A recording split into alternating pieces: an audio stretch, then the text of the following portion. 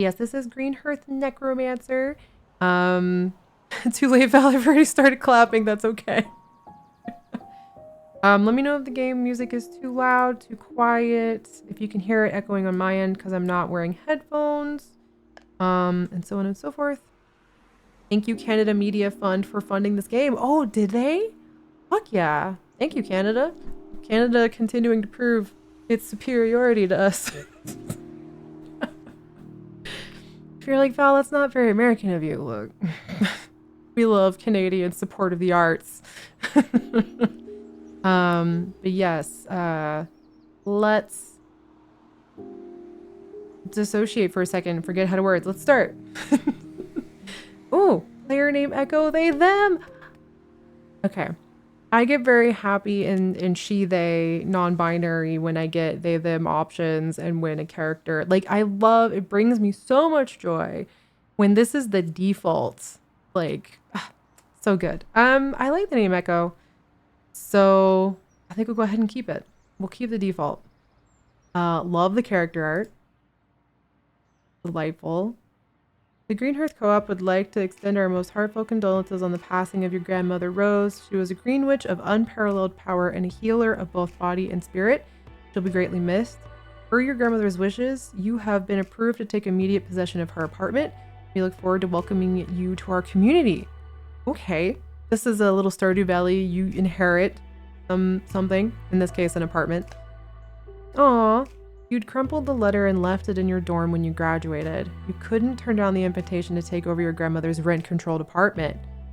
You don't ever turn down a rent-controlled apartment in this economy, let me tell you. There's not a lot of work for a newly graduated necromancer after all. Your grandmother had always been a constant in your life, taking you in every summer while your parents worked. Under the boughs of her beautiful garden, she tried to teach you how to listen to the plants and hear the hum of magic that connects every living thing. Amazing! The dream, right? A rent-controlled apartment. Your magical talents, however, lay elsewhere. You were just a teenager when you left for necromancy school. One day you thought you would make even one of the most powerful green witches in the world proud to have a necromancer for a grandchild. Listen. I'm gonna hold the dissertation in me, but death is a part of life. Growth and decay are part of plants, like in the cycle of nature, so she probably was very proud of you. You took for granted that your grandmother would always be here. You returned to find Rose gone, and her once green balcony garden has withered away, the air dense with the energy released by dying things. Good sentence. There's no salvaging any of these plants. You feel a stab of grief and anger. Then you eye the humbling mountains of your own possessions and decide you'd rather tackle literally anything else, even if it requires a necromancer to garden. Okay. Sorry, state dead. Why does that make me laugh? I don't know. Sometimes my brain is just giggly. Yeah, let's say because you're a necromancer, you plan to just summon her ghost, right? Right. We only do necromancy magic on plants. You kick open the compost box in the corner and start dumping the brittle brown plants into it. As a necromancer, you're no stranger to death. Your magic is powered by energy pulled from the dead, and you feel the lingering spirit of these plants on the edges of your senses. But before you can shove more than a couple in the compost, the dirt itself shudders and clambers up from the box, folding itself over the lip with two mounds crossed like arms. Oh, a little guy. I love a little guy. Thank you for a little guy. The small green shoot spirals up from the plant detritus, growing and curling until it forms a broad leaf. A form begins to take shape from the compost, a round head with two beady beetle shell eyes, and as you watch, a mouth that splits into something you swear is a smile. I love a little guy. For chat's benefit, I'm the studio director at Silverstring Media, producer / co-designer, etc. for this game, and happy to answer any questions while I'm around. Yes, please, if you have any questions, please ask Lucas. And thank you for being here. I appreciate it. It totally was not expected. Always appreciated to have a dev in chat. It's good to see you. Yes. Next. Jeez, the dirt creature rasps. One of its arm brushes off some dead leaves. You take a little nap and there goes the neighborhood. You get the strangest feeling that the dirt is looking at you. Hey, You're Rose's grandkid, aren't you? Why did I give this thing a southern accent? I always default to that on accident. Yeah, I am Mr. Dirt Pile. I'm not gonna scream and smash the compost heap with the pot, though that is an adorable reaction. You're so cute and a little stinky. I think the truest reaction to me is one. Why would you, a person from Texas, default to a southern accent? I know, it's a mystery. I should start defaulting to a New Yorker accent just to fuck with my fiance. Because I don't do it well. Please, the compost heap exclaims, Mr. Dirt Pile was my father. Yes, thank you for this dad joke. It pauses as if waiting for laughter. I laughed! No, we laughed. Get it? No? It's funny, you see, because I don't have a father. No, I got you. The pile of animated compost seems to laugh at its own joke. I'm a familiar kid. Rose is familiar, specifically. She named me Compostifer. Like Lucifer, but Compostifer? Compostifer. I love him. Thank you for my life. You frowned. You don't remember your grandmother having a familiar, but then you hadn't spoken to her much in the years since you went to necromancy school. Hey, I'm hanging out in the dirt pile here. Its voice softens and the leaf wilts a little. I'm guessing, 'cause you're standing here, that means that your grandmother shuffled off the mortal coil and I'm all that's left of her. Sound about right? Oh my god, this sounds like calcifer, but compost, yeah, compostifer. You nod and the creature, compostifer, sludges back a little into the compost box, quiet. All living things eventually die. Plants, humans, even me one day. That's the way of things. It gathers itself, stretching towards you. But death isn't the end. Dead plants help the living ones. And for now, you and me are alive. Between the two of us, we can get this garden going again. Me? Oh no, I kill every plant I touch. This is true. I have one succulent. One living succulent that I got for free from my apartment management. I don't know why they were giving out free succulents, but they were. I've kept it alive for a year. That is the peak of my green thumb. Succulents, notoriously difficult to kill. I have managed to kill a couple of them anyway. This is the first one I've managed to keep alive. Please clap. Oh, you're going for calcifer. I went straight to Lucifer. I don't... Growth, literally. The succulent is... You know succulents can grow? Like, they don't just stick to like being tiny. It's expanded outward a bit. Both work. Both are good. I do wonder if calcifer is a reference to Lucifer as well. I've never thought about it. Succulents are difficult to kill by underwatering. A lot of them are easy to kill in other ways. I did overwater it. I water it once every week or two, and that seems to be doing it good. And I put it in a place that has perfect sunlight, so I think it did good. The last succulent I had prior to this one, I watered it like multiple times a week, which is bad, and it didn't have much sunlight, which is also bad, so it's probably why it died. But I learned. But I'm a necromancer, not a green witch. That's very Star Trek of you to say. Not interested. I'm just here for the cheap rent. That's something I would say, but I'm not gonna. It feels a little too mean. This feels like a, you know, I'm a doctor, not a green witch kind of energy. Yeah, Rose said you'd probably say that, composed of her hums. But it doesn't take a green witch to grow a garden. It just takes a little care, a little bit of knowledge, the right conditions, and a bit of heart. Well, I guess if you were going for calcifer, I will do my best to be... Who voices calcifer in the English version? Is that Billy Crystal? I can't be Billy Crystal, but that is New Yorker energy. It loops its pseudopod-like arms back over the edge of its bend. Of the bend, rather. Look, kid, I know growing isn't your whole deal. You've got a black thumb. Things tend to die when you're around. I get that more than anyone. It tilts its head. But Rose believed you could be a great gardener one day because you're a necromancer. I think it's Billy Crystal, yeah. No one's ever accused you of being a good gardener. Even your grandmother had trouble understanding you, especially when you wanted to go to a weirdo school for necromancers instead of learning more marketable skills at her alma mater. It's so real. As somebody who went for an English degree, dropped out for 10 years because life, medical things, then went back to try to do marketing for a more marketable degree, didn't like it, went back to English. Real. You could have been a mortician or spirit medium. Instead, you spent years in the middle of nowhere communing with the dead and learning their magic.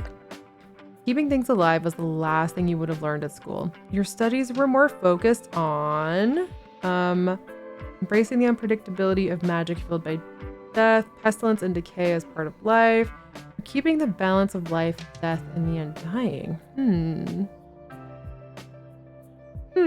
Also, I need to give my Nightbot a gift sub. Sorry, there should be emotes there. I will do that later. It's been a minute since I've streamed. So Nightbot is lacking in a sub. I think keeping the balance. We were talking about balance earlier in the just chatting portion of the stream about, like, you know, kind of embracing creative balance. So this feels appropriate. As a student of the College of Cyclical Necromancy, you learned to appreciate the equal importance of life and death. For a necromancer, this often meant presiding over deaths, some by your own hand. Wait, as in we did a murder? Okay, so funny enough, the emotes worked in the mobile chat. That's actually great. Excellent, carry on. That's really funny. For mobile users, I hope you continue to enjoy the emotes from Nightbot. But more often death came naturally in the harsh natural environment around your school. Being fully present for that sacred transition gave you access to its powers, allowing you to temporarily tether it to another vessel and create undead, life to death and death to undeath, lingering until the power fades as it always must. I'm allowed to kill for my thesis. Yeah. I just started reading, I know I'm going to say it wrong, but Catabasis by R.F. Kuang, which is literally, I accidentally killed my graduate school advisor, who was an asshole and kind of deserved it. But like, I didn't mean to kill him because I need him to get me a good postgrad job or postdoc job. So I'm going to go into hell to retrieve him so he will graduate me and get me a good postdoc job. It's very academia, man. I was like, whoa. Catabasis. I don't know how to say it, but yes. I've got like 20% in and they're like, well, I mean, this dude was fucked up, but like, I need him to graduate. So, yes, I assume you're working with frogs, lab mice, for sure, probably. Probably not like people. I mean, we could be, but that would be, I think, a completely different tone for this game. But yes, this is what I studied. You're not a powerful green witch like your grandmother. There's a lot of feeling, the fact that the character has repeated this means that we definitely feel like what we do with necromancy isn't as valid as being a green witch, or like, just because, you know, our grandmother, clearly different, like very influential. I keep trying to go for the necklace that I accidentally broke by pulling at the chain. You cautious. Nope. Hold on. Wait. Yeah. You're not a powerful green witch like your grandmother. In fact, you failed necromantic botany twice. Once on purpose because it reminded you too much of her. The second time was by accident. You cautiously touch one of the remaining dead plants and you feel that shimmering pull of the power inside it. The energy of death. Maybe it's time to dust off that spellbook and try to revivify one of Rose's old plants to give it new unlife. Okay, hell yeah. It's academia. They're not going to shell out for a whole human sacrifice for every student every semester. You know what? That's a great point. You got me there. All right. I can bring this plant back to life. I feel like this is a common joke, but how many times has Evanescence been brought up? Like, bring me to life. How much has that been? At Lucas, if you're still lurking. I feel like the millennials might probably be. Maybe it's just me. I don't know. Okay, spellbook. Cyclical Revivify. Raise a plant from the dead. This spell is enhanced by the presence of dead plants. Target must be dead. Must be dead plant. Important note. They kick with me. Wake me up inside. Yeah, we're gonna wake up this dead plant. We're gonna go wake up. Bang pots and pans together. But thank you for that 30-month resub. I appreciate you. Hope you've been doing good. Not my particular teenage vocabulary, but we can ask our lead writer. Nice. How much evanescence going on in the writing room. But yes. Let's cast it. Gonna cast it on that plant. Ooh, it's alive! Revive your first plant. Little Frankenstein. We got an undead fishbone fern. Oh, he's a fucked up little guy. In parentheses, appreciative. We still have to water an undead plant? But it's dead. Well, it's undead. I guess it is unliving now. Okay, that makes sense. Basic fertilizer on the fishbone fern. But I hope you're doing good. I hope everyone's having a good Wednesday. Take. We're gonna take it. We took it. And we're moving it. Okay, now what? That's a bit better, right? I mean, sure. Nesting. Even with undead plants, you feel a little lost. How much water do they need? How much sunlight? Sure, you can just revive them again when they die, and again and again. But your grandmother would have known exactly what to do. You start searching the balcony for a place to jot down notes, and your eyes land on a notebook with a sticker you recognize. It's Zygax the Death Maxer. Not death maxing. The villain from a cartoon you used to watch. Wow. This feels very like 80s cartoon energy, but from like a Gen Z vernacular. This is your old notebook. You pull it out and laugh at your crude prepubescent scrawl on the cover, ostentatiously declaring it the Codex of Doom. You remember buying and decorating it, intending to use it for writing all of your secret thoughts, getting your life in order in middle school, or plotting gruesome revenge on your enemies. Plotting gruesome revenge on my enemies. That feels right. You were an intense child. The crucible of middle school wasn't kind to you, and the more you felt ostracized by your peers, the more you rejected them. The book was supposed to be your outlet. I just realized I'm talking about Death Note. My bad. The book was supposed to be your outlet for all your dark thoughts. Like most things, though, you lost interest in it after just a few entries. Real. However, that's not what you see when you flip through its pages. The once empty book is filled with notes, written in your grandmother's tidy handwriting and decorated with whimsical stickers. Pages upon pages of notes about plants, watering schedules, growth patterns, and spell brainstorming. There's way more here than you read in one sitting. And you can read in one sitting. The game is really coming for us, honestly. But yeah, I do just realize putting the names of your enemies for revenge in a notebook is in fact the premise of Death Note. Which Death Note is like 30 years old now. If you feel old from that, you are my age. Take your ibuprofen.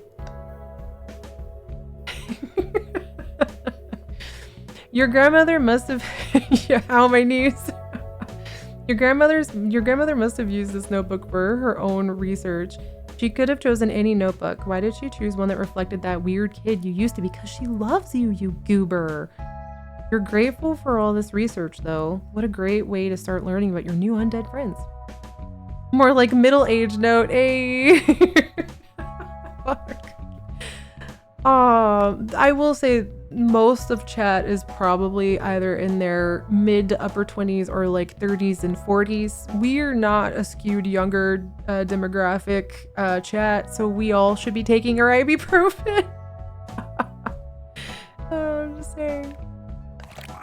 Okay, now what? Maybe Grandma had some notes about her plants. Look about plants. Gardening in general, happy plants flourish and grow, while unhappy plants struggle and die. Thanks, Grandma.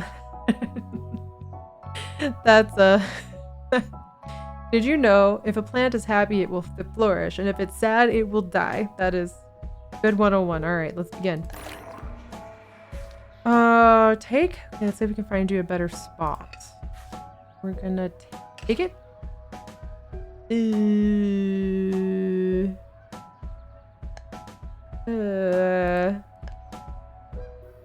got to be an ideal spot for you. That's great. I wish I paid attention to literally anything else. Okay, hold on. This is going great for me already. Okay, wait. Oh, my bad. I wasn't actually looking at the emotes. I will say I turned 35 in 3 months. You're still, it's okay. We're still very young at heart. I don't believe in paying attention.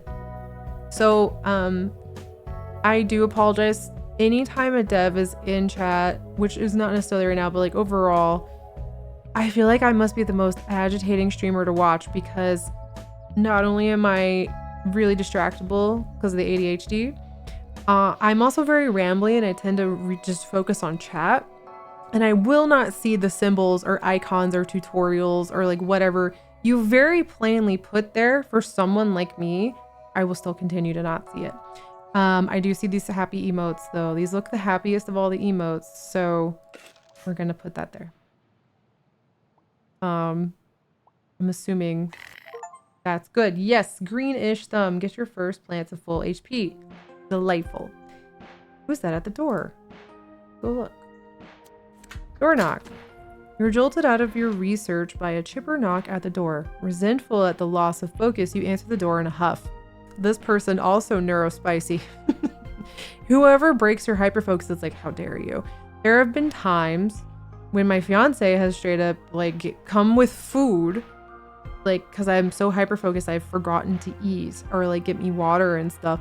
And I will just glare like, why have you disturbed me? Because I'm hyperfocused. And then I'm like, oh, right. Yeah, I need to like move. So that's relatable. Standing at the door is a woman in her mid-30s or so, radiating the calm yet eccentric charm of a high school art teacher. She has a potted plant under one arm and extends the other to you with a bright smile.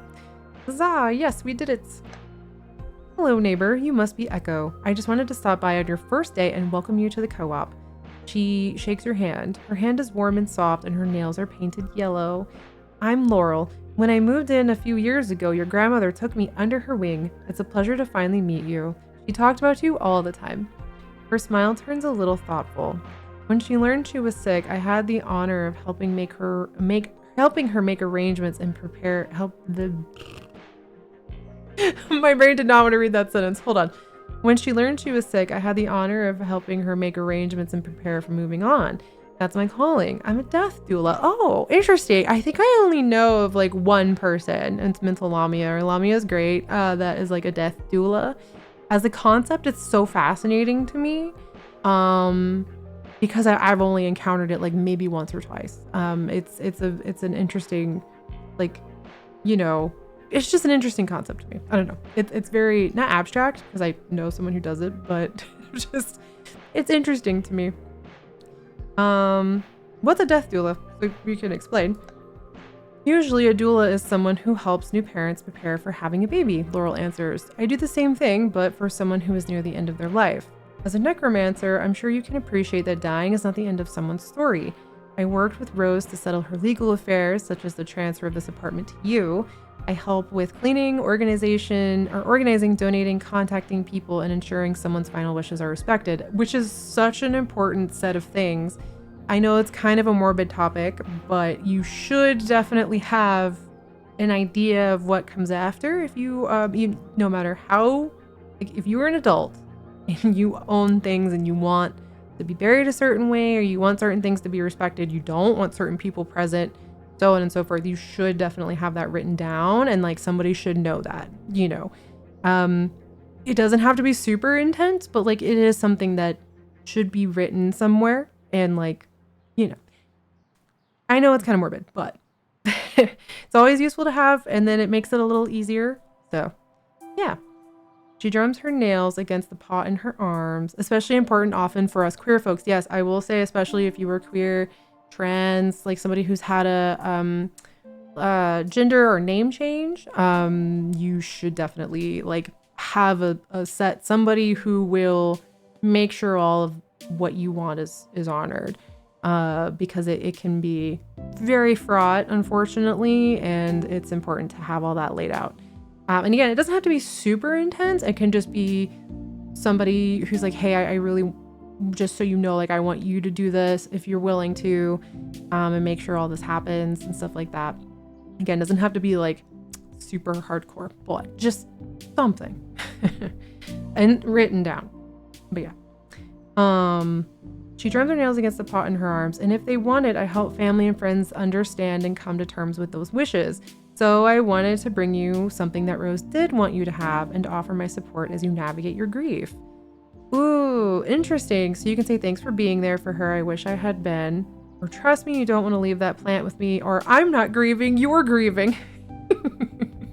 I'm fine. That's a very petulant, like, I'm coping great. What do you mean? I can handle it. It's like, no, I'm not gonna do that. But also have a good one, Brahms. Good luck with laundry. I think the first one is most honest. Thanks for being there for her. I wish I had been. It was important to her that you continued your studies, Laurel replies. I know it's not easy to hear. Part of my job is helping people understand their loved ones' last wishes. She offers you the plant. It's heavier than it looks and makes the hair on the back of your arm stand on end from proximity to the sheer potential fizzing in it. She chose this one especially for you. I think it may be one of her more forgiving ones. Just try your best. That's all she wanted you to do. Just make an attempt. Little leaf bail. Trying to spot for that new plant. This one has the happiest smileys. This one is living. This one is undead. So let's prune it.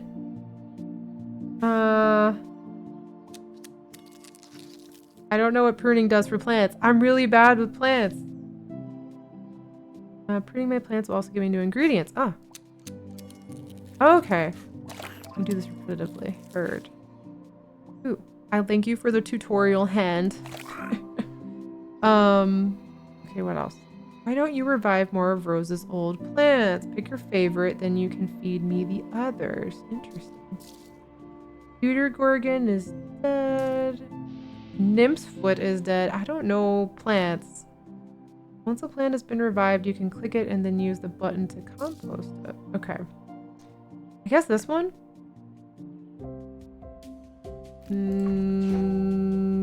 Cyclical Revivify. Ah, you got this. I revived a second plant. Thank you for the easy achievements to make me feel very, like, good at this. Compost?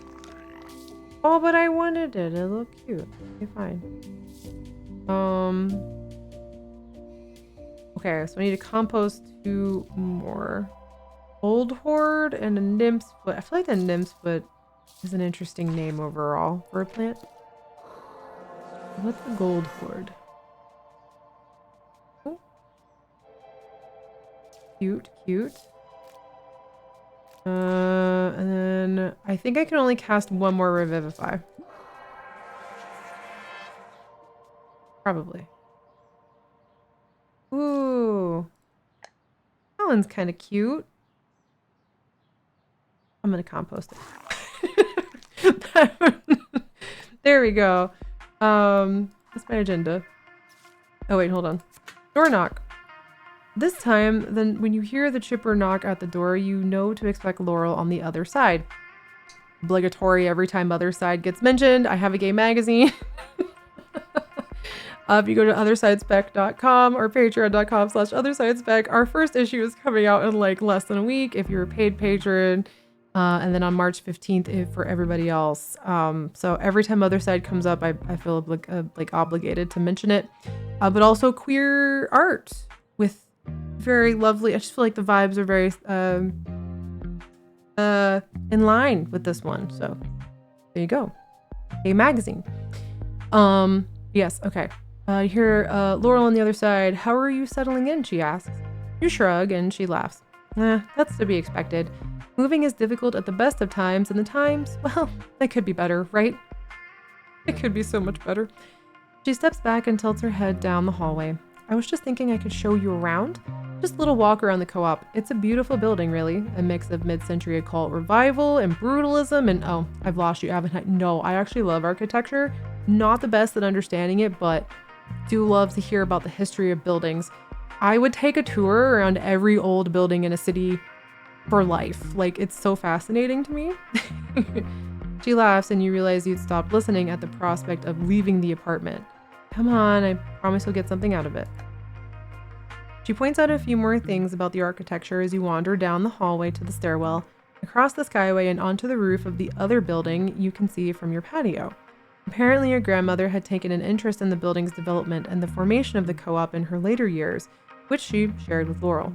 It sounds like a little superstitious, like the repetition of Group of Fives, and the architecture's insistence on having a fire pit built into the roof. Interesting.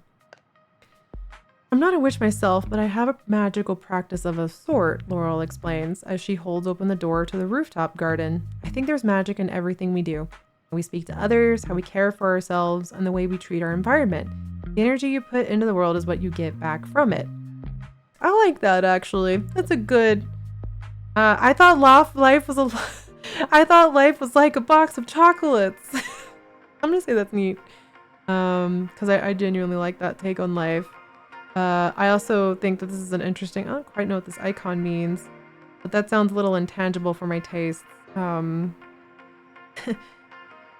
you were one of my first EXO streamers. Thank you so much for streaming this too. Oh, really? Hell yeah. That makes me excited, actually. But yes, I'm happy to stream this. Welcome on in. I've been streaming for almost 6 years now. My favorite thing to do is showcase indie game demos and to help get the initial support. I kind of fell into that in like 2021. Like really is when I kind of cemented that. So that's kind of cool. We've come full circle. But yes, welcome on in. That's neat. Laurel beams. Hey, thanks, she says. I can tell you have a good heart. If you keep putting that enthusiasm out there, you're showing the world that's who you are. You follow her out onto the rooftop garden. There are raised beds here in various stages of flowering, a shed for communal tools, and a few silent beehives. Can beehives be silent? What's a beehive sound like? This is the first GHN stream I've sat in. I had to come and say thanks for Exocolonist streams too. Honestly, I was a teenage Exocolonist as one of my like favorites. I played that whole thing. Didn't manage to play it all on stream, but I played it off stream quite a bit, and it was very, very good. And I still recommend it to people. But yes, I didn't realize that there was overlap with this one. That's fun. But yes, that makes me even more... Hold on. Game command. Obligatory. Go wishlist this. Go play this demo yourself, because the demo is just freely available on their Steam page. Wishlisting always helps. And then once the game is out, apparently if you just even leave sort of like a this game was cool like review, that also helps. But wishlisting for demos and like pre-order stuff, very good way to help out.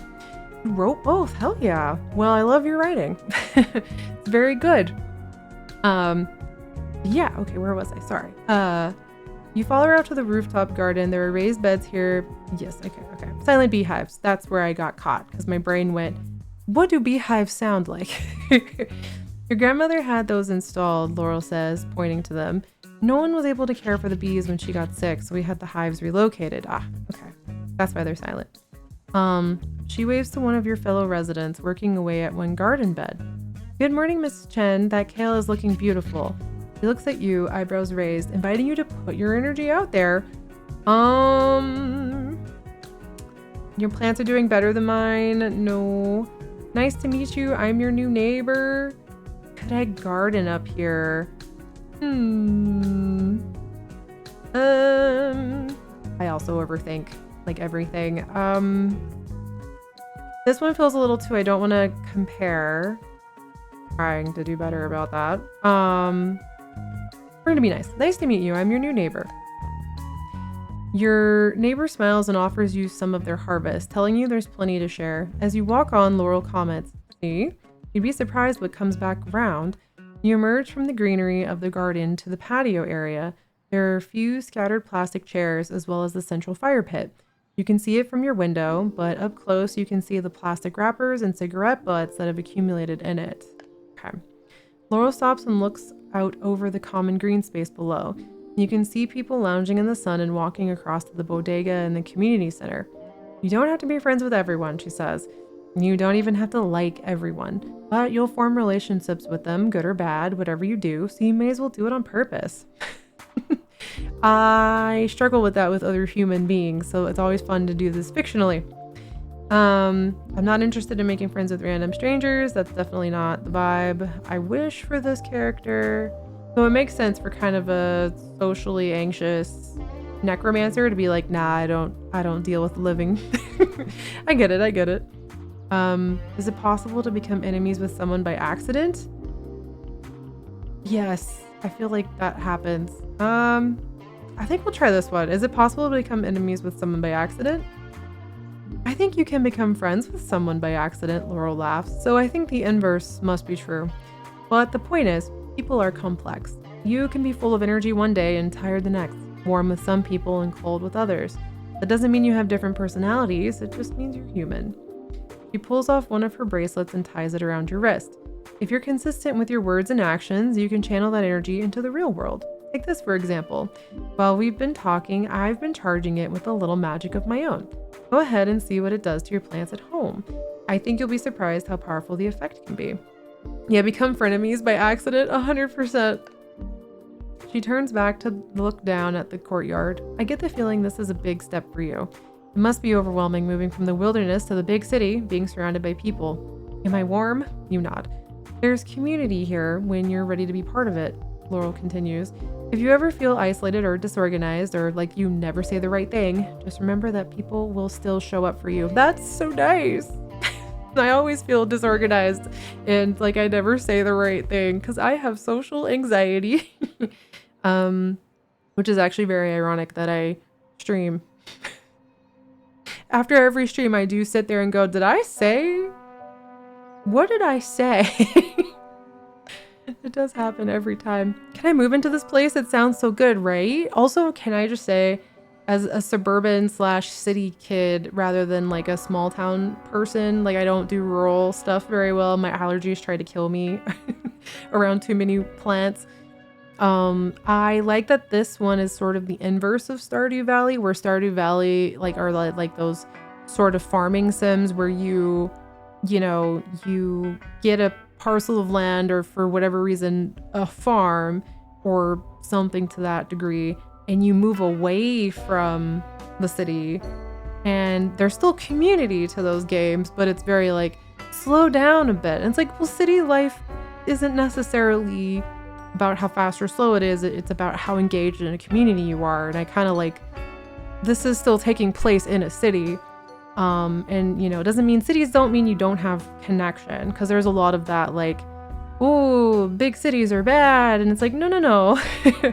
It's just it's about finding connection no matter where you are and what you prefer. So I kind of like that this game is set in a city in a co-op, because that's not your typical setting for like cozy stuff. It's usually like a go into the outdoors and cottagecore your way into isolation, which is also good. Don't get me wrong. But as somebody who tends to prefer a city, it's nice to have an option that's like, and now we're city. Which is funny because you mentioned I was a teenage exo colonist, which is very much not a city in setting, and is the opposite end of we're going to be community and isolation in a whole new space. So this is fun that you've done basically the exact opposite setting, which is nice. I like narrative high. Community vibes. Unlock the match 3 game, excuse me. There's a match 3 game? Abundance, Rebirth, and Pitch Potion. What is that? Okay. I'm like, cool. What is this? Kind of like that. Looks like tarot. What have I received? Hold on. Nesting, errand play, nesting play. Oh, this is like a card situation. I guess this makes sense. Now that you've mentioned the exocolonist connection, I'm like, cards, heard. Okay. Oh, okay. Cool. Okay. Not quite sure what the errand play is. We're gonna take it. You're carrying your groceries home through the commons when you pass by a man with a stroller. Ah, the new face, he exclaims, pushing the stroller into your path. His smile is electric as he aggressively offers you a flyer. Welcome to the building. Here, take one of these. Our next show is this Saturday. It's a great way to meet your neighbors. And their pets. I'm compelled by pets. Sarcastically joked if you lived here for years. Decline indicating your lack of hands. Thanks, that's not really my scene, but thanks. I'm gonna sarcastically joke that I've lived here for years. I want pets. The man tilts his head. Oh, I didn't do humor well. Confused for a moment before clearly choosing to join in on the joke. Oh my goodness, where is my head at? He sings songs.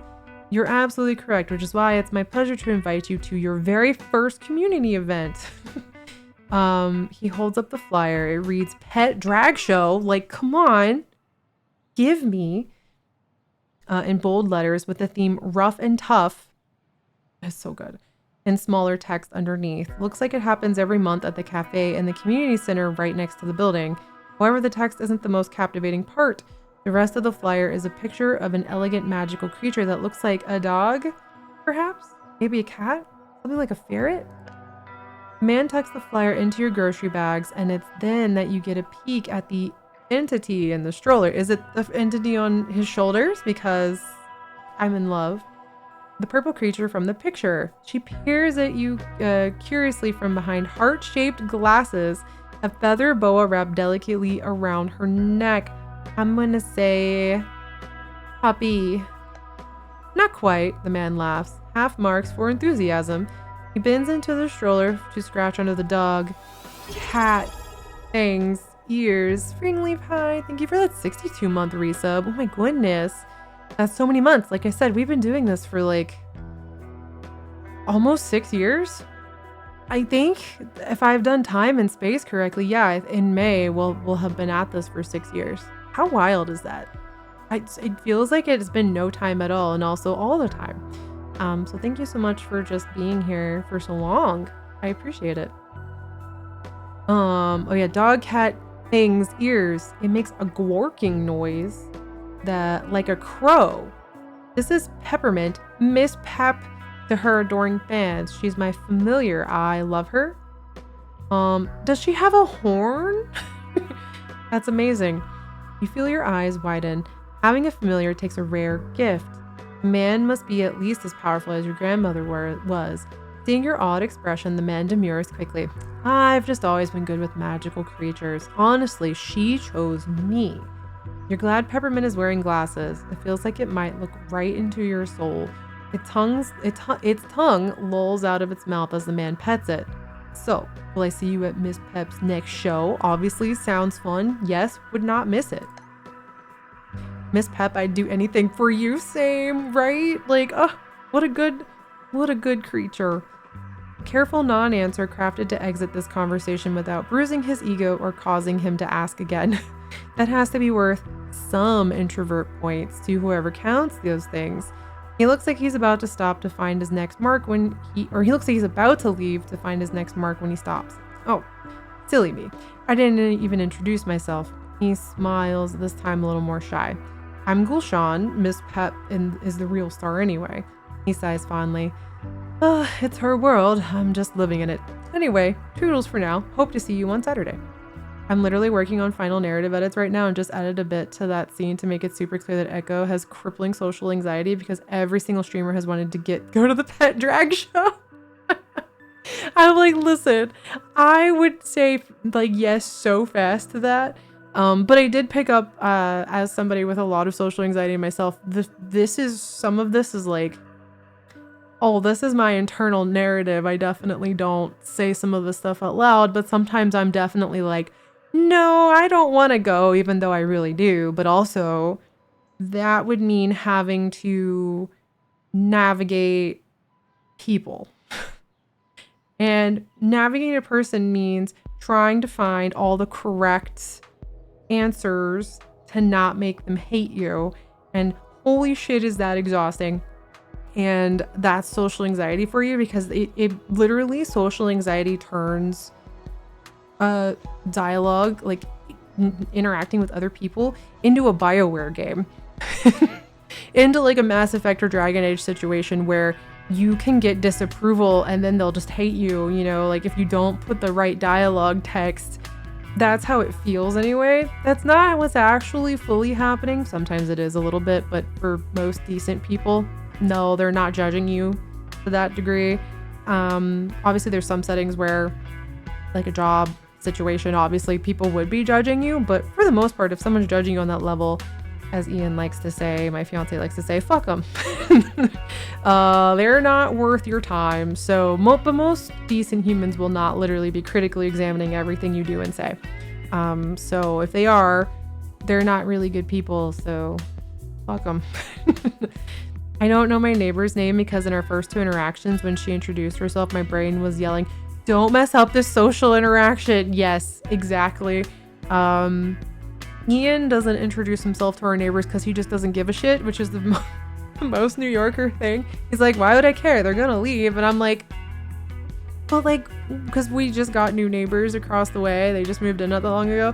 And he was annoyed because they were blocking his car from leaving. And he was just sitting there like, ugh. So he had to go out there and ask them to politely move their van. And I was like, well, what are their names? He was like, I don't know. I was like, what do you mean? He was like, I don't know. He gave me an answer, but I already forgot it because I was too busy stressed at how he had navigated this situation with total, like, what do I care if these people like me or not? Like secondhand social anxiety of like, you've said all the wrong thing. He was just, we're talking like me having like a moment of like, and him just being there like, like what? He just did not care. And I was like panicking, and it was really funny because he doesn't have social anxiety. So I still haven't, I've interacted with the people across the way from us like twice now. I have not gotten up the nerve to be like, hi, my name is, because I don't want to, you know, I don't know how. Their name's least important thing about the situation, right? Yeah, it's like, can you please move? Which is the most New Yorker priority. He was like, hi, yeah, I need you to move your van. Because they were moving in and they had blocked him. He was like, I need you to move. And it was just kind of like, well, they might think you're rude forever now. What if they don't like you? And he's like, why would I? Like, he put in chat, Christopher Walken voice. Fuck them. Like, why would, if they think that he's this mean man from just, hi, can you please move your van so I can leave? You know, why would you ever want to interact with those people again? But my social anxiety is just like, yeah. Hi, my name is, I can't do the record scratch. Space Val is, that's me. Oh yeah, they lived in the apartment directly across me for months before we even said hi. Yeah, same. Like, I don't think I've said hello to the past 2 people who've lived across from us. But these 2 were very friendly. And so I was like, I'm gonna say hi because they seem friendly and like very like me just trying to be a little more social because I felt bad that I never introduced myself to the last people who were also nice. I still haven't. I probably won't for months. But yeah, big city apartment energy for sure. Anyway, this was a huge tangent to say I understand social anxiety, but also as a streamer, cosplaying an extrovert, I wish to go to the pet drag show and not have social anxiety, but I relate to Echo quite a bit. What'd I get? Rebirth, abundance, and a personality remedy. Oh, if only. Yes. I get more cards? Oh yeah. All right. Oh, most of those other cards changed. Oh, because the cards do change. Okay. So we have 17 social. Oh, that's our social battery. Hold on. Hi, bye. I'm hiding the social battery, which is at the top left. That's so fun. that you have a literal, like your energy meter is literally your social battery. That's delightful. What's nesting play? I don't know what this is. The ceiling of your grandmother's living room is exactly the same as it used to be when you were growing up. You used to find patterns in the popcorn stucco. I used to do that.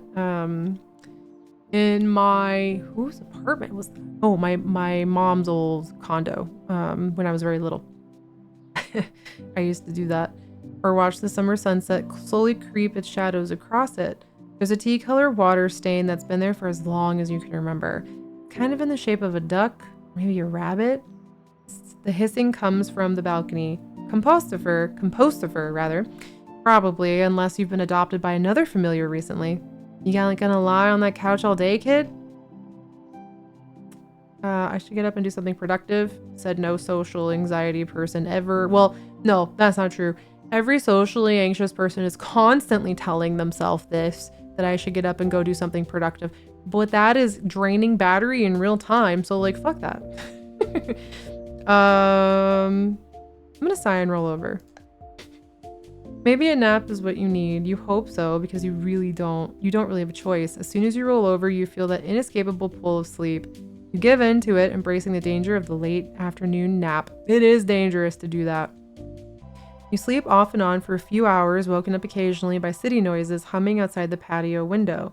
After years of mostly solitude, it's so strange to be surrounded by so much noise. Okay, a few hours for a nap is bold. I sometimes I take afternoon naps because I have chronic fatigue, and social anxiety and anxiety in general does drain your batteries a lot. When you have chronic fatigue, your battery is even smaller. So a lot of the time I end up having to take naps in around like 3 to 5. Taking more than a 1.5 hour nap, 2 hour nap tops is like a few hours, like 3 to 4. You're bold. That's so bold. I would just simply not wake up. I would just go to bed and then be up at like 4 in the morning. Echo's power. Okay, what else can we do? Don't know what that means. Plants? We have a charm? Question mark? What do we have? What is that? Oh. How do I ask, like, what that is, how that works? Basic fertilizer. I guess I should do that on the living plant. Personality remedy? I'm not sure what that does. I'm gonna put it on the living plant. I think I killed it. I think I murdered a plant.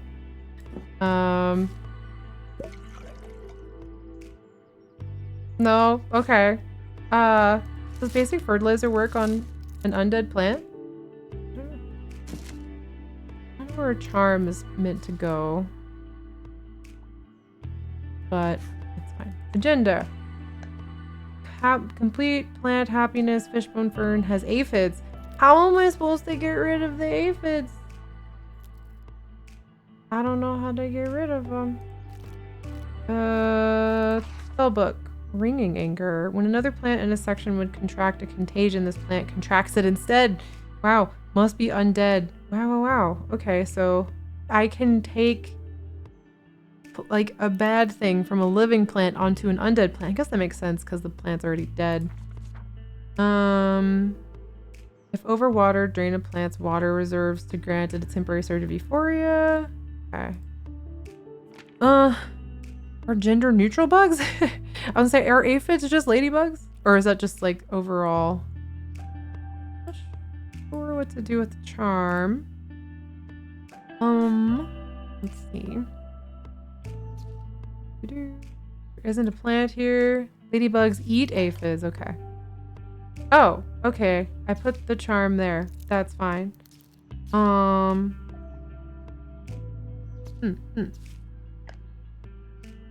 Plant has an active charm. This plant needs to be pruned. Okay, I should just look at what the thing says more frequently is what I'm picking up from here.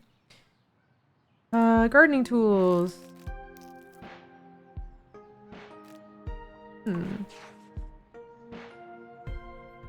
Where did my prune?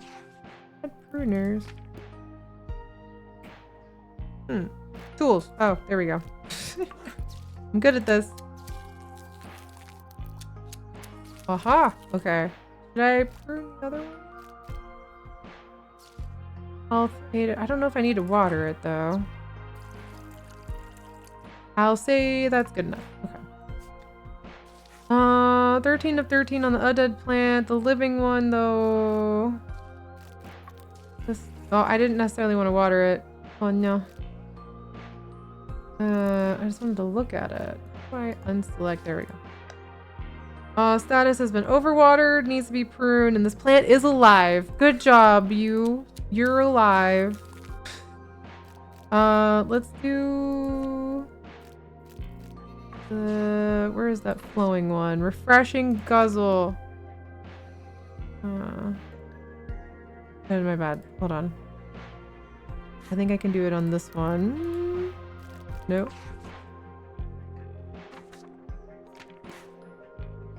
Guess not. I guess I misunderstood that.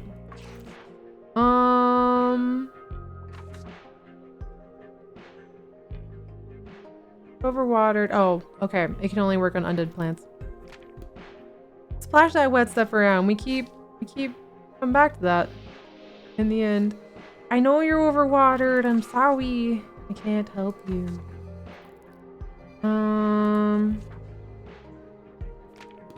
Okay. Vibes. Don't have vibes. Vibes are missing. Can I? Okay.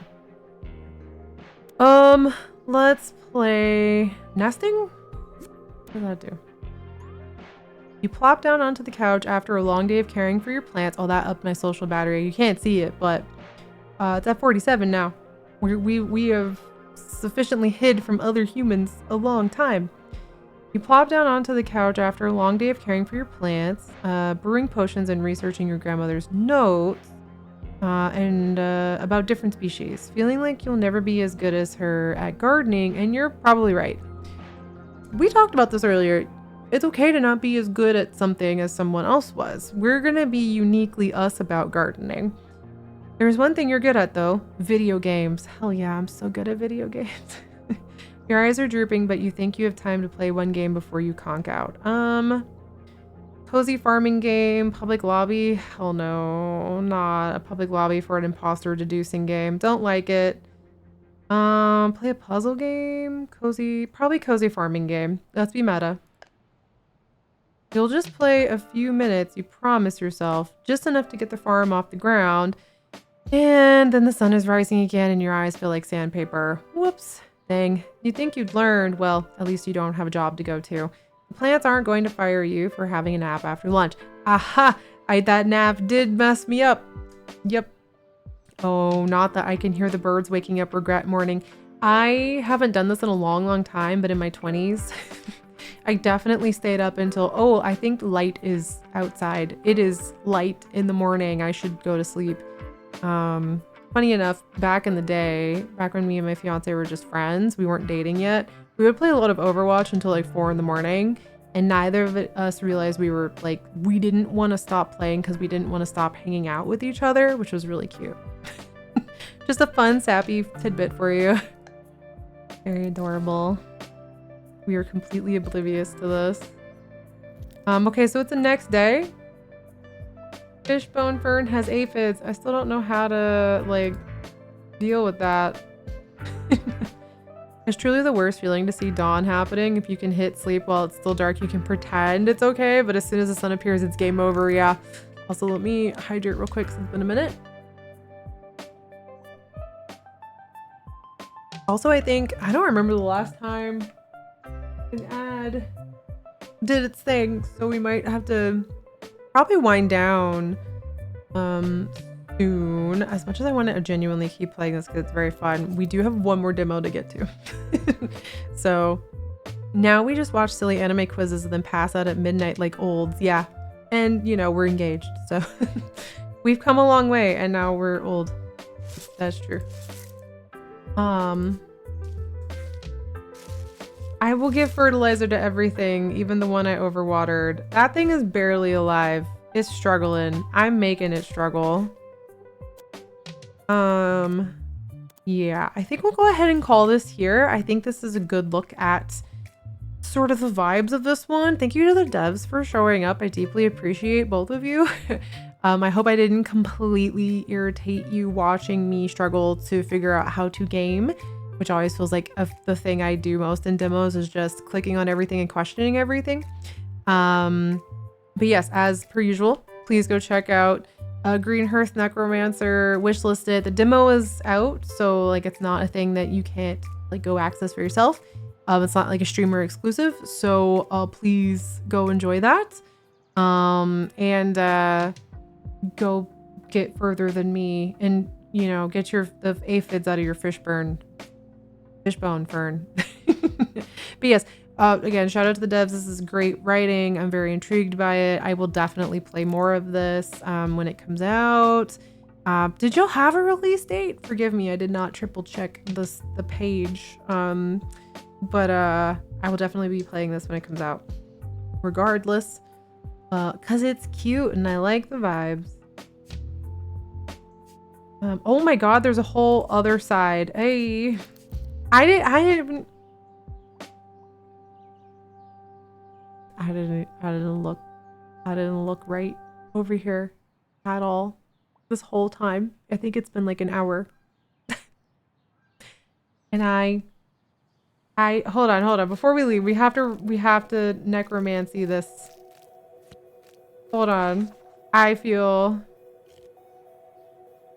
terrible. A third wall. I literally didn't even. Let's turn this into a necromantic.